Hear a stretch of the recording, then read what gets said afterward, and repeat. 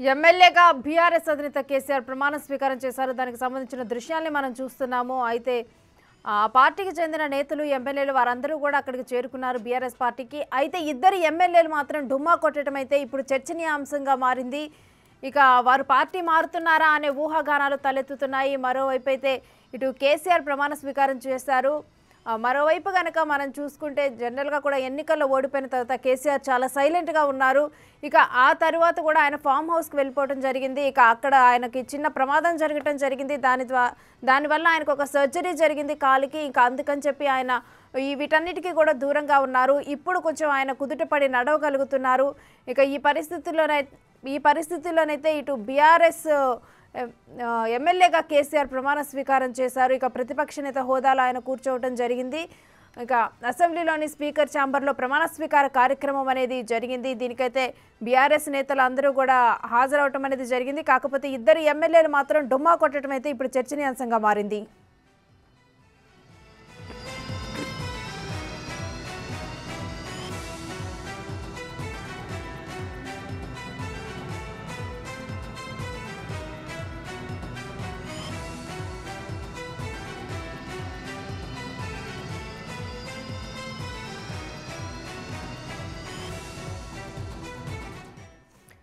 ఇక ఇదే అంశానికి సంబంధించి మా ఇన్పుట్ ఎడిటర్ పవన్ మరిన్ని అప్డేట్ని అందిస్తారు.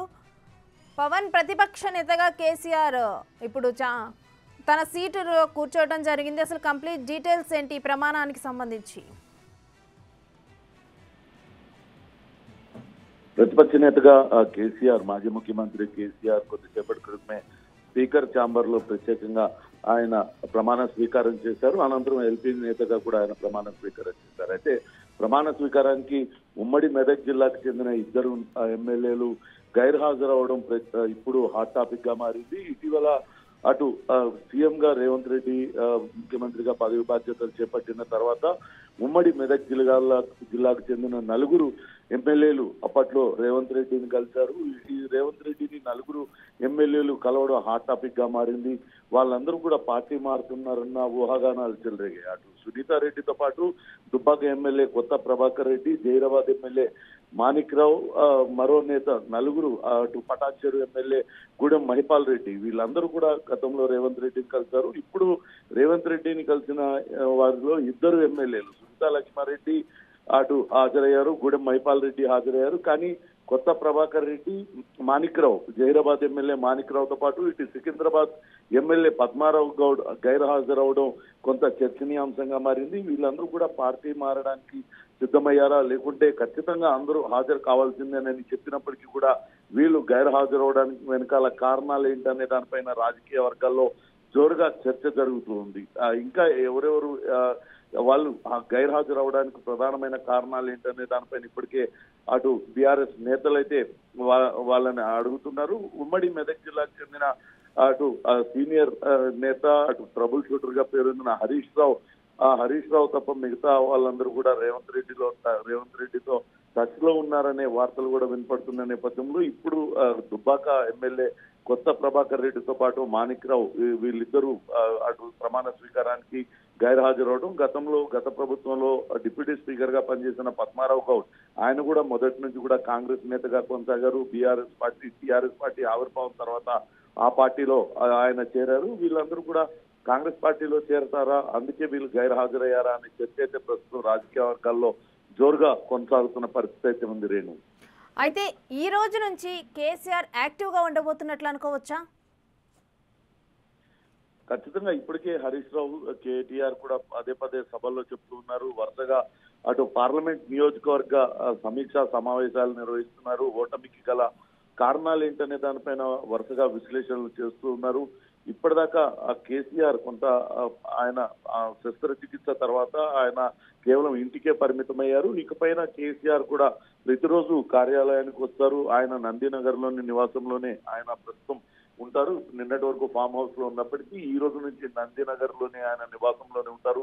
ప్రతిరోజు బీఆర్ఎస్ భవన్ కి వచ్చి ఆయన సమయం గడుపుతారు. కార్యకర్తలకు అందరికీ కూడా సమయం ఇస్తారు. రాబోయే పార్లమెంటు ఎన్నికల్లో ఏ రకంగా ముందుకు వెళ్ళాలి, ఖచ్చితంగా గెలిచి తీరాల్సిందే అనే దిశానిర్దేశాన్ని ఆయన చేయనున్నారు. కాంగ్రెస్ పార్టీని ఏ రకంగా నిలువరించాలి అనే దానిపైన ఆయన వ్యూహాలు రచిస్తారంటూ ఇప్పటికే కేటీఆర్, హరీష్ రావు చెప్పిన నేపథ్యంలో ఆయన ఇప్పుడు ప్రమాణ స్వీకారం పూర్తయిన తర్వాత కూడా బీఆర్ఎస్ భవన్ కు వస్తారన్న ప్రచారం జరుగుతుంది. కానీ ఈ రోజు వచ్చినా రాకుండా రేపటి నుంచి మాత్రం ఖచ్చితంగా అటు బీఆర్ఎస్ కార్యాలయానికి వచ్చి అక్కడ కార్యకర్తలకు, నేతలకి అందరికీ అందుబాటులో ఉంటూ ఆయన కూడా వరుసగా నియోజకవర్గ సమీక్ష సమావేశాలు ఏర్పాటు చేయడంతో పాటు అటు పార్లమెంటరీ నియోజకవర్గ అభ్యర్థులను కూడా ఎంపిక చేసే ప్రక్రియను త్వరలోనే ప్రారంభించనున్నారని తెలుస్తోంది. రేణు, అయితే పవన్, గతంలో కూడా బీఆర్ఎస్ ఎమ్మెల్యేలు రేవంత్ రెడ్డిని కలిసినప్పుడు వారు పార్టీ మారుతున్నారు అని ఒక ఊహాగానాలు వచ్చాయి.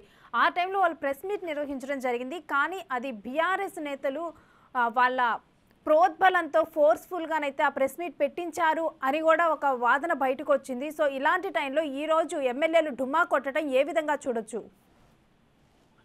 మొత్తం ఉమ్మడి మెదక్ జిల్లాకు చెందిన నలుగురు ఎమ్మెల్యేలు కలవడం హాట్ టాపిక్ గా మారింది. ఆ వెంటనే రాజేంద్ర నగర్ ఎమ్మెల్యే ప్రకాష్ గౌడ్ కూడా కలిశారు. కేవలం నియోజకవర్గంలో ఉన్న సమస్యలకు సంబంధించి ప్రోటోకాల్ విషయమే తాము కలిశామంటూ కలిసిన మరుసటి రోజే బీఆర్ఎస్ భవన్ లో వాళ్ళందరూ కూడా ప్రెస్ మీట్ పెట్టారు. కానీ మొదటి నుంచి కూడా ఇటు కాంగ్రెస్ నేతలందరూ కూడా చెప్తున్నారు, బీఆర్ఎస్ కు సంబంధించిన ఎమ్మెల్యేలు చాలా మంది తమతో టచ్ లో ఉన్నారు, ఖచ్చితంగా వాళ్ళందరూ అవసరమైతే పార్టీలోకి చేరతారు, పార్టీలోకి వస్తారంటూ చెప్తూ ఉన్నారు. అయితే ఈ విషయం పైన అటు కాంగ్రెస్ పార్టీ నేతలు ఎవరు కూడా అధికారికంగా ఇంతవరకు స్పందించలేదు. కానీ వాళ్ళందరూ ఇప్పుడు ఈ ఇద్దరు ఎమ్మెల్యేలు గైర్హాజరవడం వెనకాల మాత్రం ఏదో రాజకీయ పరమైన కారణాలు ఉన్నాయనే చర్చ అయితే జరుగుతుంది. కానీ వాళ్ళిద్దరూ ఎందుకు హాజరు కావలేదు, కేవలం వ్యక్తిగత కారణాలతో హాజరు కావలేదా, ముందుగానే పార్టీ అగ్రనాయకత్వానికి చెప్పి హాజరు కాలేదా, లేకుంటే మరేదైనా కారణం ఉందా అనేది ఇంకా పూర్తి వివరాలు అయితే తెలియాల్సి ఉంది. కానీ మొన్న సీఎం రేవంత్ రెడ్డిని కలిసిన వారిలో ఇద్దరు ఎమ్మెల్యేలు హాజరు కాకపోవడంతో ఖచ్చితంగా వాళ్ళు పార్టీ మార్పుకు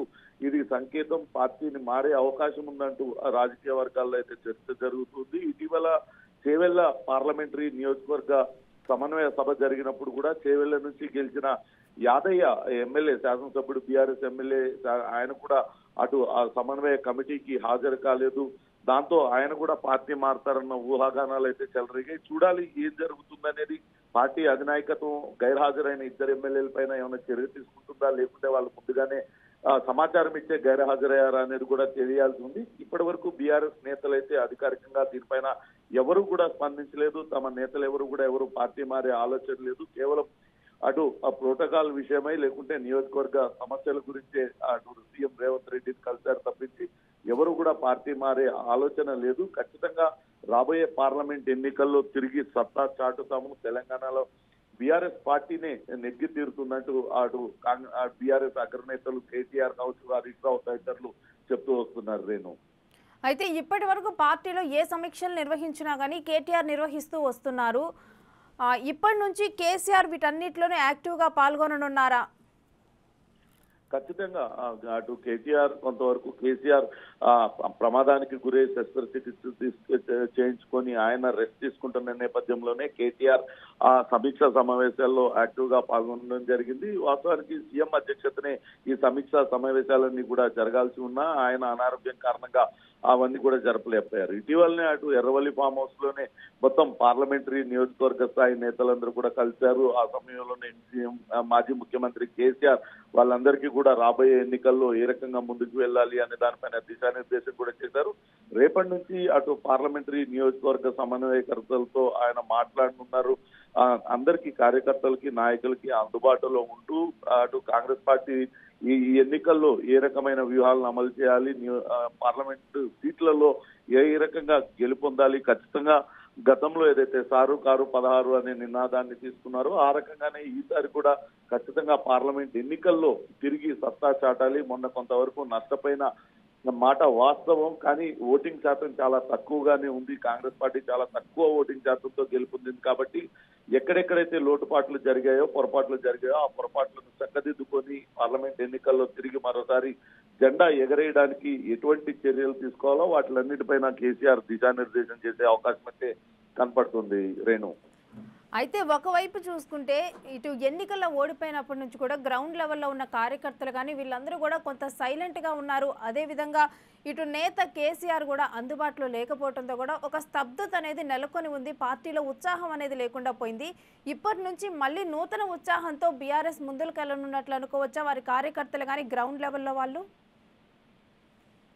ఖచ్చితంగా ఇప్పటికే కొత్త ప్రభుత్వం కొలువు తీరింది. వాళ్ళకి కొంత గడువు ఇవ్వాలి. వాళ్ళు ఆ ఇచ్చిన హామీలన్నీ కూడా ఏ రకంగా అమలు చేస్తారో వేచి చూద్దాము. ఖచ్చితంగా 100 రోజుల తర్వాత వాళ్ళందరినీ కూడా హామీల అమలుపైన నిలదీద్దామనే దిశానిర్దేశం కేసీఆర్ చేసే నేపథ్యంలోనే నాయకులు కొంతవరకు సంయమనం పాటిస్తున్నట్లుగా మనం భావించాల్సి ఉంటుంది. కానీ ఇప్పటికే అక్కడక్కడ బీఆర్ఎస్ నేతలు నోరు పారేసుకుంటూ ఉన్నారు. సీఎం రేవంత్ రెడ్డిని ఉద్దేశించి రకరకాల వ్యాఖ్యానాలు చేస్తూ ఉన్నారు, విమర్శలకు దిగుతూ ఉన్నారు. ఎక్కడ కూడా హామీలని అవసరం లేదంటూ దుష్ప్రచారం చేస్తూ ఉన్నారు. కానీ కేసీఆర్ మాత్రం ఇంతవరకు రాజకీయ పరమైన వ్యాఖ్యానాలు ఎక్కడ కూడా చేయలేదు. అటు ప్రజలకు కూడా కనీసం ఎటువంటి సందేశం కూడా ఇవ్వలేదు. కానీ ఈరోజు ప్రమాణ స్వీకారం చేసిన తర్వాత పాలిటిక్స్ లో పాల్గొనే అవకాశం ఉంది. బీఆర్ఎస్ భవన్ వచ్చి అక్కడ ఆయన సమీక్షా సమావేశాల్లో పాల్గొంటూ నేతలకు కార్యకర్తలకు అందుబాటులో ఉంటూ రేపటి నుంచి ఆయన తన ఎటువంటి భవిష్యత్తులో ఎటువంటి కార్యాచరణ తీసుకోవాలో దానిపైన చర్చించే అవకాశం. Right, thank you Pawan.